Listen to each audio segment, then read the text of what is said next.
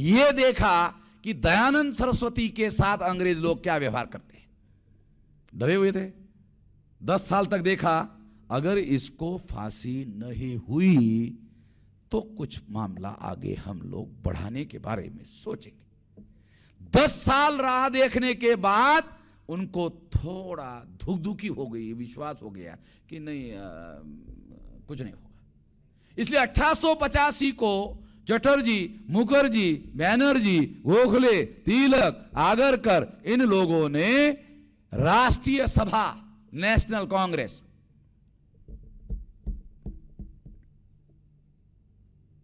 ज्योतिराव फुले जिंदा थे, राष्ट्रीय सभा, नेशनल कांग्रेस ब्राह्मणों ने बनाई।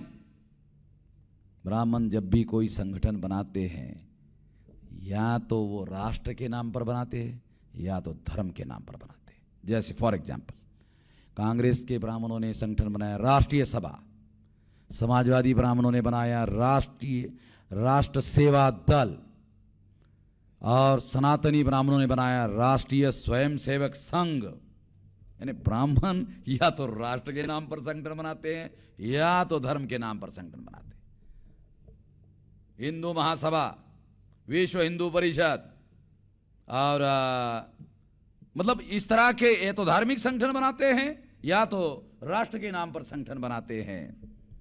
और जो राष्ट्र के नाम पर संगठन बनाने वाले ब्राह्मण हैं वो 24 घंटे राष्ट्रद्रोह का काम करते रहते हैं। 24 घंटे। ब्राह्मण का जो बिलीफ है, बिलीफ सिस्टम, ब्राह्मण का जो बिलीफ सिस्टम यानी विश्वास का जो आधार है, विश्वास का जो मौलिक आधार है, वो आधार ही संविधान के विरोध में है। वो आधार भारत का जो राष्ट्र राज्य है उसको गुलाम बनाने वाला है। ब्राह्मणों का जो बिलीफ सिस्टम है, ब्राह्मणों का जो विश्वास की व्यवस्था है, जिन मौलिक बातों पर वे यकीन करते हैं, विश्वास करते हैं, वो संविधान के विरोध में है।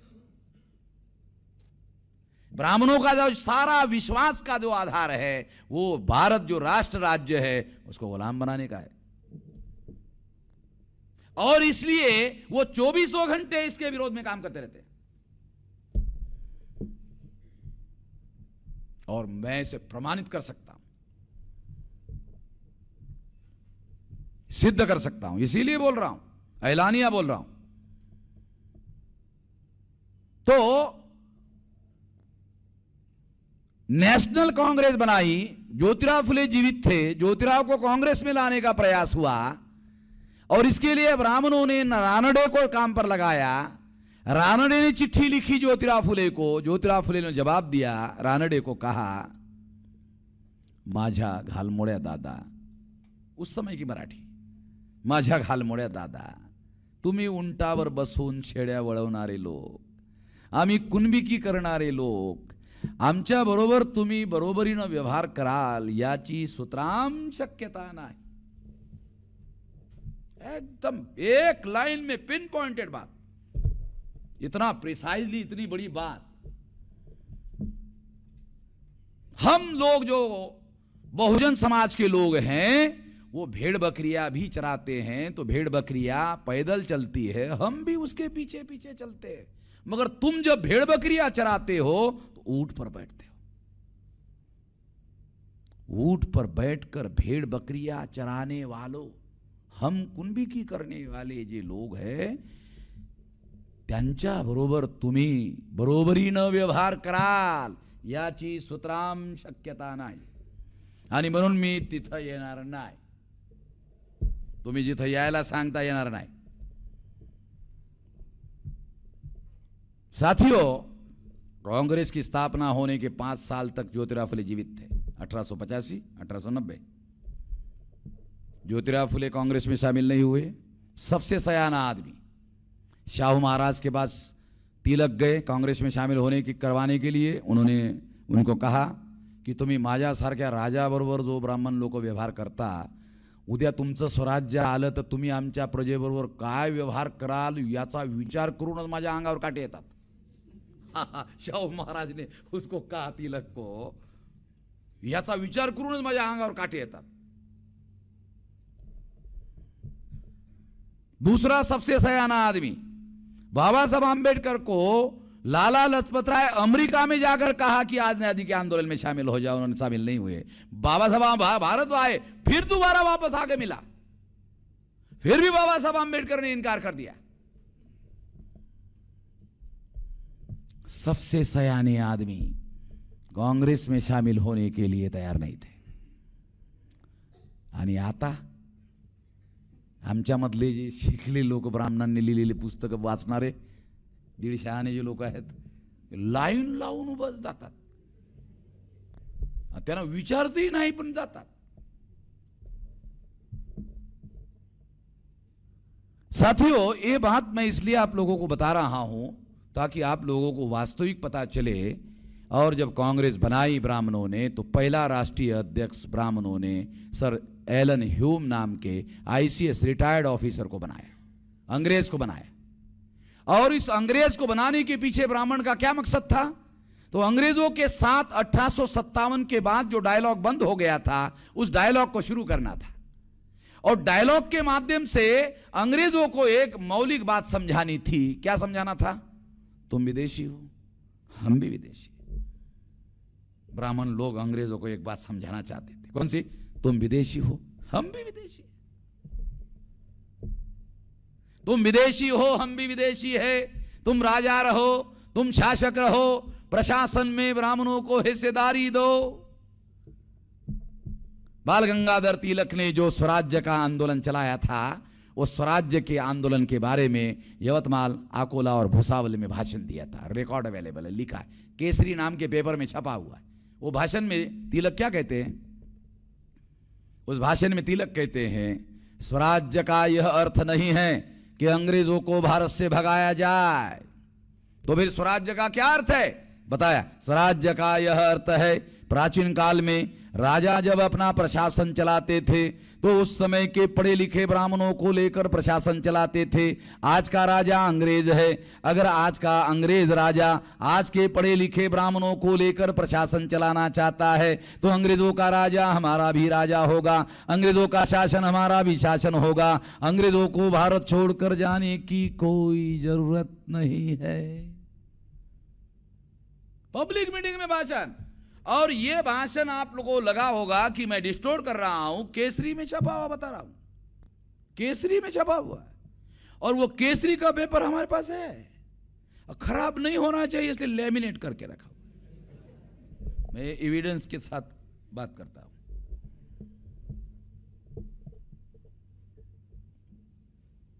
तो इस तरह से ये उदाहरण क्या सिद्ध करता है? ये जो तिलक का जो भाषण है, इसका अर्थ आपको बताना होगा तब समझ में आएगा। क्या अर्थ? इसका अर्थ है कि स्वराज्य का आंदोलन स्वराज्य का आंदोलन नहीं था। स्वराज्य का आंदोलन अंग्रेजों के राज में ब्राह्मणों को प्रशासनिक हिस्सेदारी मांगने का आंदोलन था। और सभी भारतीयों के लिए प्रशासन में हिस्सेदारी मांगने का नहीं, तो केवल ब्राह्मणों को प्रशासन में हिस्सेदारी मांगने का आंदोलन था।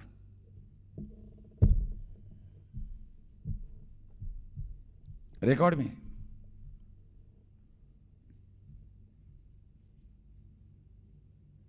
बाल गंगाधर तिलक ने arctic to home in the Vedas नाम का किताब लिखा, अंग्रेजी में लिखा। उस किताब में क्या लिखा? अंग्रेज लोग जब अमेरिका गए तो वहां के मूल निवासियों को मार दिया, खत्म कर दिया। हम ब्राह्मण लोग जब भारत में आए तो ब्राह्मणों ने अर्थात हमारे पुरखों ने भारत के मूल निवासियों को खत्म नहीं किया। ये हमारे पुरखों की बहुत भारी गलती थी। समझ में नहीं आया आपको? दोबारा बोलता हूं। तिलक ने लिखा, अंग्रेज इंग्लैंड से चलकर अमेरिका गए, अमेरिका के मूल निवासियों को मारा, खत्म कर दिया, अपना राज स्थापित किया।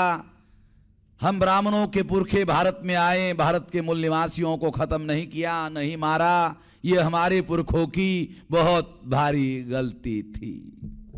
इसका मतलब समझते हो? मूल निवासियों को खत्म करना चाहिए था, मारना चाहिए था, जड़ समेत खत्म करना चाहिए था। अगर आपके पुरखों को खत्म कर दिया होता तो ये जो आप लोग दिख रहे हो, ये जो दिख रहे हो, पता होता चलता। ये जो बैठे हुए हो फिजिकली, इसको पता चलता। ये किताब बार्टिक्ट होम इन द वेदास जो तिलक ने किस लिए लिखा? अंग्रेज पढ़ ले, अंग्रेज पढ़े। क्यों पढ़े? अंग्रेजों को मालूम होना चाहिए हम भारतीय नहीं हैं, भारतीय लोगों के कट्टर दुश्मन हैं। यदि अंग्रेजों को पता चलेगा कि हम भारतीय लोगों के कट्टर दुश्मन हैं, तो भारतीय लोगों को गुलाम बनाए रखने में अंग्रेज हमारे से संवाद करेंगे, लेन देन करेंगे, और फिर लेन देन से ब्राह्मणों को फायदा होगा। और इस तरह से ब्राह्मण और अंग्रेज और ब्राह्मण मिलकर भारत के प्रजा को गुलाम बनाए रखने का काम करते रहेंगे। ब्राह्मणों ने अंग्रेजों को समझाया कि हमने 300-350 साल तक मुगलों के द्वारा भारत को गुलाम बनाए रखने में मदद की, आपको भी करेंगे। मुगलों को भारत को गुलाम बनाए रखने में मदद की, आपको भी करेंगे। 350 साल तक आप छानबीन कर लेना कि हमने मुगलों के विरोध में कभी कोई आजादी का आंदोलन चलाया हो, छानबीन कर लेना। कोई आंदोलन ब्राह्मणों ने मुगलों के विरोध में आजादी का नहीं चलाया। वो इस तरह से ये जो बातें मैं आप लोगों को बता रहा हूं, भयंकर बातें हैं। ये बातें मैं इसलिए आप लोगों को बता रहा हूं कि आजादी का आंदोलन किसी भी सूरत में समग्र भारत के प्रजाजनों के आजादी का आंदोलन नहीं था। ये सिद्ध करने वाली बातें मैं आप लोगों को बता रहा हूं। बाल गंगाधर तिलक ने तो अपने भाषण में यह कहा था, जब 1918 को साउथ बरो कमीशन के सामने शाहू महाराज के प्रेरणा से भास्करराव जाधव ने ओबीसी के लिए विधिमंडल में रिप्रेजेंटेशन की मांग की और बाबा साहब आंबेडकर ने शेड्यूल कास्ट के लिए मांग की, तो बाल गंगाधर तिलक कांग्रेस के सर्वे सर्वा थे। उन्होंने अथनी नाम के गांव में जाकर पब्लिक मीटिंग में कहा, तेली, तंबोली और कुनभटों को संसद में, विधिमंडल में जाकर क्या हल चलाना है? तेली को संसद में जाकर क्या तेल निकालना है? दर्जी को संसद में जाकर क्या कपड़े सिलाना है? कुनभटों को संसद में जाकर क्या हल चलाना है? संसद कोई भूमि है जिस पर हल चलाया जाए? तेली, दर्जी, कुनभट, कुनबी, कुनभट का मतलब गाली। कुनबी को अगर गाली देना है तो कुनभट कहो, तो गाली देकर कहा, पब्लिक मीटिंग में कहा।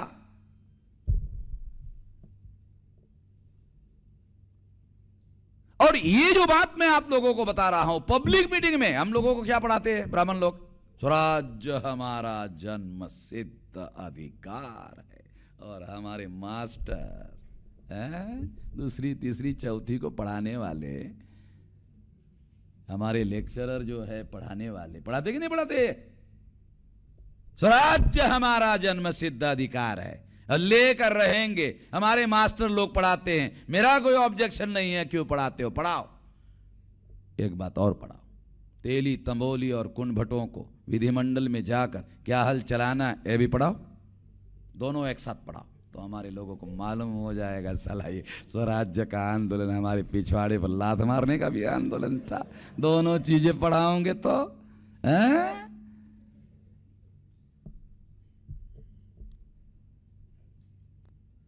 ये किससे हिस्टोरिकल डॉक्यूमेंट्री एविडेंस है। और मैंने ऐलानिया ब्राह्मणों को कहा कि तुमको अगर मेरे से बहस करना, आ जाओ, टीवी पर तुम्हारे साथ बहस करने के लिए मैं तैयार हूं। एविडेंस हमारे लोगों के नहीं है, उनके है। अब उनके एविडेंस कैसे इनकार करेंगे? तो कुछ ब्राह्मण ऐसा लिखते हैं आजकल, नाही तिलकांनी मेल्यानंतर नकारला होता। अबे मेल्यानंतर कसं काय नकारला? अच्छा आहे नाही, आमचा म्हणण्याचा अर्थ असा होता की त्यातून असा अर्थ ध्वनित होतो। ब्राह्मण लोग झाले भाषा शास्त्र को खींचतान करके चालाकी करने की कोशिश करते हैं। मेरे साथ कोई ब्राह्मण बहस करने के लिए नहीं आता। बहुत दिन मैंने सोचा था मेरे साथ ब्राह्मण बहस करने के लिए क्यों नहीं आते हैं? क्या ब्राह्मणों ने अपने घरों में बच्चे पैदा करना बंद कर दिया क्या? मुझे बहुत दिन डाउट हो गया। मैंने छानबीन किया तो पता चला नहीं, बच्चे पैदा हो रहे हैं, बच्चे हैं, मगर वो मेरे साथ बहस नहीं करना चाहते। तो मैंने इसकी छानबीन किया, तो मेरे साथ क्यों नहीं करना चाहते ब्राह्मण, मेरे साथ बहस क्यों नहीं करना चाहते? तो बहुत सोचने के बाद मुझे पता चला कि ब्राह्मणों ने सोचा कि वामन मेश्राम एक पागल आदमी है और ये रेयर किस्म का पागल है, मराठी में दुर्मिळ प्रकार सा पागल, इसको हमारे बदमाशी का पता चल गया है। एक आदमी को पता चला, बाकी किसी को तो पता चला नहीं है। ये आदमी बोलेगा बोलेगा बोलेगा बोलेगा बोलेगा बोलेगा, कितना बोलेगा भाई, हैं? बोलते बोलते थक जाएगा। अगर इसके साथ हम टीवी पर बहस करें तो करोड़ों लोग देखेंगे एक साथ, और एक साथ करोड़ों को मालूम हो जाएगा, तो बेवकूफी होगी उसके साथ बहस करना, करोड़ों को जानकार बनाना।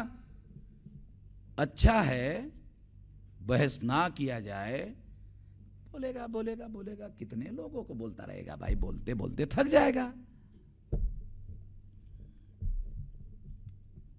ये उसके पीछे मकसद है कि इस विषय पर वो चर्चा नहीं करना चाहते हैं, क्योंकि इससे जागरण फैलेगा, इसलिए वो नहीं करना चाहते। तो मैंने आप लोगों को ये सारे किस्से बताए। ये किस्से इस बात को सिद्ध करते हैं कि आजादी का आंदोलन सभी लोगों के आजादी का आंदोलन नहीं था। Arctic home in the Vedas में तिलक ने लिखा हम विदेशी है, डिस्कवरी ऑफ इंडिया में जवाहरलाल ने लिखा हम विदेशी है, इंदिरा गांधी को लेटर्स लिखा उसमें लिखा जवाहरलाल नेहरू ने हम विदेशी है, केशव चंद्र सेन, विद्यासागर, राजा राम मोहन राय लंदन गए तो पत्रकारों ने घेरा राजा राम मोहन राय को, पूछा राजा साहब लंदन के धरती पर आने के बाद कैसा लग रहा है? कहा अपने बिछुड़े हुए भाइयों के बीच में आकर बहुत अच्छा लग रहा है। अंग्रेजों को भाई बोल रहा है, ये बिछुड़े हुए भाई है। अगर अंग्रेज राजा राम मोहन राय के भाई है तो हम कौन है? हम तो दुश्मन हो गए ना फिर हम तो भाई नहीं हो गए। रविंद्रनाथ टैगोर जब अंग्रेजों का राजा आया कलकत्ता तो उसके स्वागत के लिए गीत लिखा। राजा बैठा था मंच पर, गीत गाया जा रहा था, हे जन के अधिनायक, हे मन के अधिनायक, हे गण के अधिनायक, तेरी जय हो, जन गण मन अधिनायक जय हो। और कितनी बार जय हो? जय जय जय जय जय हो। एक बार जय नहीं हो, चार चार बार जय हो। और जय क्यों हो उसका भी कारण है। जय क्यों हो? भारत भाग्य विधाता। राजा को क्या बोल रहे? तुम भारत का भाग्य विधाता हो और इसलिए तुम्हारी जय हो। और हम लोग मूल निवासी बहुजन गाते रहते गाते रहते गाते रहते, तल्लीन होकर गाते रहते, हमें पता ही नहीं चला इसका मीनिंग क्या है।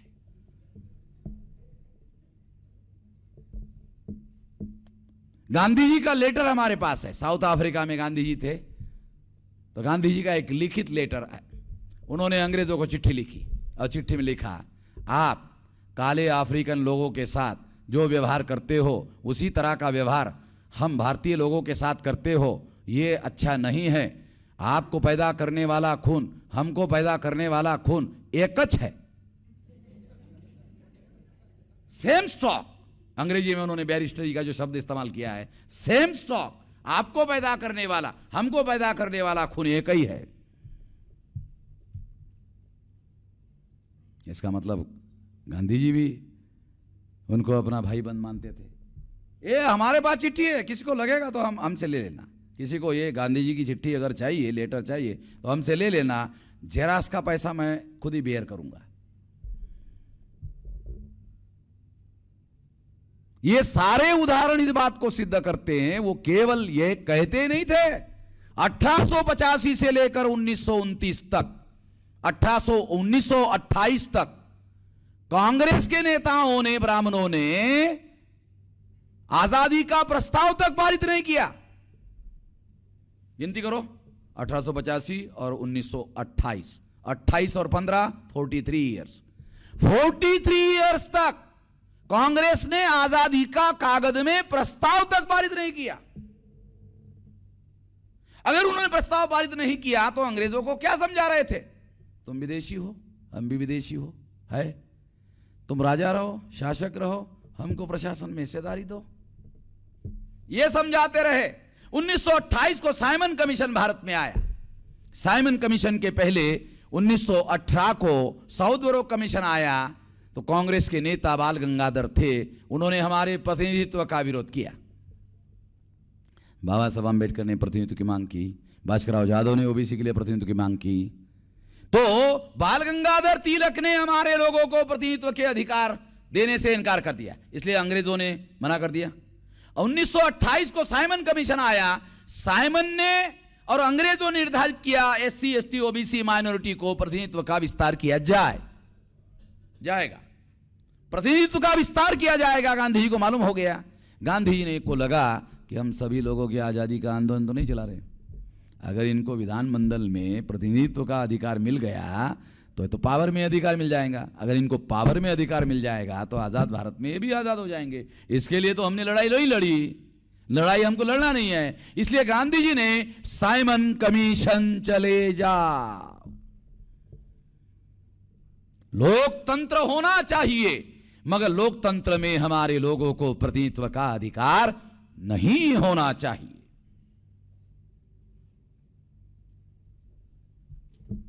साइमन कमीशन को गांधी और कांग्रेस के नेताओं ने कितना विरोध किया, कितना उग्र विरोध था, तो लाहौर में लाला लजपत राय के छाती पर लाठी पड़ने से लाला जी मारे गए, तो इतिहास में लिखा जाता है लाला जी शहीद हो गए।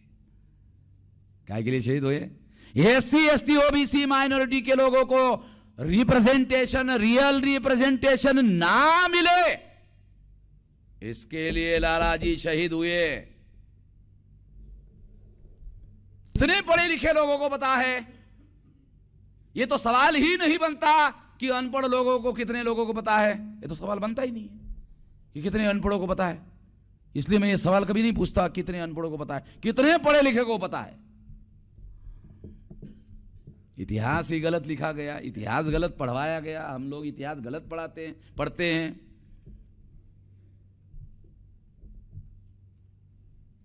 राउंड टेबल कॉन्फ्रेंस में गांधी जी गए, बाबा साहब आम्बेडकर भी थे। गांधी जी उठकर खड़े हो गए, गांधी जी ने भाषण में कहा, यदि अंग्रेज मुझे आजादी देते हैं, मैं लंदन में जाकर के स्टडी करके आया हूं, लंदन में जो डॉक्यूमेंट रखे हैं उसका स्टडी करके आकर बोल रहा हूं। राउंड टेबल कॉन्फ्रेंस के गांधी जी ने अपने भाषण में कहा, यदि अंग्रेज मुझे आजादी देना चाहते हैं और उस आजादी में अछूतों को पृथक चुनाव क्षेत्र देते हैं, तो मुझे ऐसी आजादी बिल्कुल नहीं चाहिए। बाबा साहब आम्बेडकर उपस्थित थे, बाबा साहब आम्बेडकर के सामने बाबा साहब आम्बेडकर ने गांधी जी का प्रतिवाद किया, तो गांधी जी को लगा कि मेरी तो बगैर पानी लगाकर हजामत हो रही है, इसलिए गांधी जी उठकर खड़े हो गए और गांधी जी ने प्रस्ताव रखा कि मीटिंग को एक दिन के लिए स्थगित किया जाए। हजामत हो रही थी इसलिए गांधी जी को लगा कि थोड़ा ये गड़बड़ हो रहा है। तो अंग्रेजों ने पूछा क्यों? तो गांधी जी ने कहा, हम भारत के लोग यहाँ आकर आप लोगों के सामने आपस में लड़ाई झगड़ा कर रहे हैं, मुझे अच्छा नहीं लग रहा है। अच्छा, झगड़ा साले तूने किया और तू खुद ही बोल रहा है कि मुझे झगड़ा अच्छा नहीं लग रहा है। शुरुआत उसी ने किया, झगड़ा मुझे अच्छा नहीं लग रहा है। तो अंग्रेजों ने पूछा फिर क्या करना चाहते हो? हम जो भारत के प्रतिनिधि आए हैं आपस में मिलकर वार्ता करके, चर्चा करके कंसेंसस बनाना चाहते हैं, आम राय बनाना चाहते हैं, एक राय बनाना चाहते हैं। अंग्रेजों ने कहा, गांधी जी अच्छा प्रस्ताव, अच्छा प्रस्ताव, स्थगित कर दिया, एक दिन आपको दे दिया। गांधी जी ने आम राय बनाने के बजाय, आम राय बनाने के लिए किया ही नहीं था, गांधी जी ने मुसलमानों को अपने घर में खाना खाने के लिए बुलाया। और मुसलमान नेता थे तो मुसलमानों को खुश करने के लिए, राजनीति का नियम कहता है कि मुसलमानों को खुश करने के लिए खाना भी उसी तरह का खिलाया जाए जिससे मुसलमान खुश हो। तो गांधी जी ने मुसलमानों को गाय का गोश्त खिलाया ताकि मुसलमान खुश हो जाए। डिप्लोमेसी तो यही कहती है। शिवाजी महाराज के बाद जब औरंगजेब के दूत आते थे तो शिवाजी महाराज मुसलमानों, औरंगजेब के दूतों को गाय का गोश्त खिलाते थे। मेरे पास डॉक्यूमेंट है। एक बार बाबा साहब आम्बेडकर के घर की सफाई हो रही थी तो नौकर भागते दौड़ते बाबा साहब आम्बेडकर के पास आए। बाबा साहब विदेशी दारू के खाली खोके और दारू की बोतलें खाली पड़ी हुई है, आप तो पीते नहीं हो, तो ये कैसे? भागते दौड़ते आकर बाबा साहब को कहने लगा। बाबा साहब ने उस नौकर को डांटा, तेरे को मालूम नहीं है आपने यहाँ जवाहरलाल जी आते रहते, वो देशी थोड़ी पीते हैं? तो देशी जब पीते नहीं है तो विदेशी के ही तो रहेंगे ना। जा। डिप्लोमेसी अंग्रेजी का शब्द है, पता नहीं आप लोग जानते कि नहीं जानते, जिसको हिंदी में राजनय कहते हैं। राजनय अंग्रेजी में डिप्लोमेसी। तो इस तरह से गांधी जी ने मुसलमान नेताओं को खुश करने के लिए गाय का गोश्त खिलाया और खिलाने के बाद सोचा अभी मुसलमान खुश हो गए होंगे, तो गांधी जी ने प्लेन पेपर निकाला, साइन कर दिया, यहां ऊपर सारा प्लेन था, साइन कर दिया और कहा आपकी जो भी मांगे है ऊपर लिख लेना, साइन कर देता हूं मैं पहले ही, मंजूर है तुम्हारी बातें, जो लिखोगे मंजूर, एक शर्त है। मुसलमानों ने पूछा क्या? कल जब राउंड टेबल कॉन्फ्रेंस की मीटिंग शुरू होगी तो डॉक्टर आम्बेडकर की मांगों को आपको विरोध करना होगा। मुसलमान नेताओं को लगा अरे ये बनिया आदमी लेना जानता था, देना नहीं जानता था, इसका हृदय परिवर्तन कैसे हो गया? हम सोचे ही रहे थे ये हृदय परिवर्तन नहीं हुआ, इसका तो हृदय ही नहीं है, परिवर्तन होने का सवाल ही नहीं है। मुसलमान नेताओं को लगा कि देने लेने का अधिकार गांधी जी के पास नहीं है, वो तो अंग्रेजों के पास है। तो इसका मतलब यह है कि गांधी जी अछूतों और मुसलमानों में झगड़ा लगाना चाहते हैं। जैसे मुसलमान नेताओं को बात समझ में आई, मुसलमान नेताओं ने हाथ जोड़कर कहा गांधी जी आप कहते हो इसका विरोध करो, उसका विरोध करो, इसका विरोध करो, उसका विरोध करो, हम किसी का भी विरोध करने वाले नहीं हैं। आपको हमारी मांगे मंजूर है तो ठीक है, नहीं है नमस्कार। गांधी जी को नमस्कार करते हुए चले गए। बाबा साहब अम्बेडकर जहां रुके थे वहां गए, कहा गांधी जी ने आपके खिलाफ, आपके लोगों के खिलाफ हमारे पास गुप्त प्रस्ताव रखा था। बाबा साहब अम्बेडकर ने एक प्रेस स्टेटमेंट रिलीज किया और कहा कि गांधी जी इसी तरह से हमारे लोगों के खिलाफ षड्यंत्र करते रहे तो हम लोगों को दुनिया के मंच पर गांधी जी को नंगा करना होगा, मजबूरन नंगा करना होगा। इसलिए हमारी गांधी जी को सलाह है कि गांधी जी इस तरह के षड्यंत्र से विरत रहे तो ज्यादा बेहतर है, नहीं तो हम लोगों को मजबूर होकर नंगा करना होगा। मैं अपनी बात थोड़ा जोड़ना चाहता हूं ताकि आपको थोड़ा समझ में आ जाएगा। गांधी जी के कमर के ऊपर कपड़ा नहीं था, गांधी जी के घुटनों के नीचे कपड़ा नहीं था, थोड़ा सा ही हिस्सा ढका हुआ था, इसलिए बाबा साहब आम्बेडकर को नंगा करने के लिए ज्यादा मेहनत करने की जरूरत नहीं थी। दूसरे दिन राउंड टेबल कॉन्फ्रेंस की मीटिंग शुरू हुई। गांधी जी का सारा षड्यंत्र तो विफल हो गया था, आमराय बनाने की कोशिश गांधी जी ने तो की नहीं थी। अंग्रेजों ने जाते ही पूछा गांधी जी आमराय बनाने के लिए आपने एक दिन का समय मांगा था, क्या हुआ? कहा नहीं हो पाया। अच्छा ठीक है। रैमसे मैकडोनाल्ड जो प्रधानमंत्री थे उन्होंने प्रस्ताव रखा कि भारतीय लोगों के लिए पंचम जॉर्ज की अध्यक्षता में लवाद मंडल नियुक्त किया जाता है और ये लवाद मंडल जो भी निर्णय देगा वो भारतीय प्रतिनिधियों को मंजूर होगा। गांधी जी उठकर खड़े हो गए, कहा मुझे मंजूर है, ये प्रस्ताव मुझे मंजूर है। राउंड टेबल कॉन्फ्रेंस समाप्त हो गई, गांधी जी बाहर आए। गांधी जी को मालूम था कि बाबा साहब आम्बेडकर ने जो बहस की थी इसलिए अंबेडकर के ही समर्थन में फैसला होगा, इसलिए गांधी जी के दिमाग में बात थी, इसलिए उन्होंने पत्रकारों को बुलाया और कहा यदि अंग्रेजों ने अंबेडकर की बात को स्वीकार किया तो मैं जान की बाजी लगा दूंगा। ये धमकी के आरोप में गांधी जी बॉम्बे पहुंचते ही पुलिस वालों ने गांधी जी को अरेस्ट करके एरोड़ा जेल में डाल दिया। 17 अगस्त 1932 को गांधी कमल अवार्ड अंग्रेजों ने घोषित किया और बाबा साहब आम्बेडकर की 4 प्रमुख मांगे मंजूर कर दी।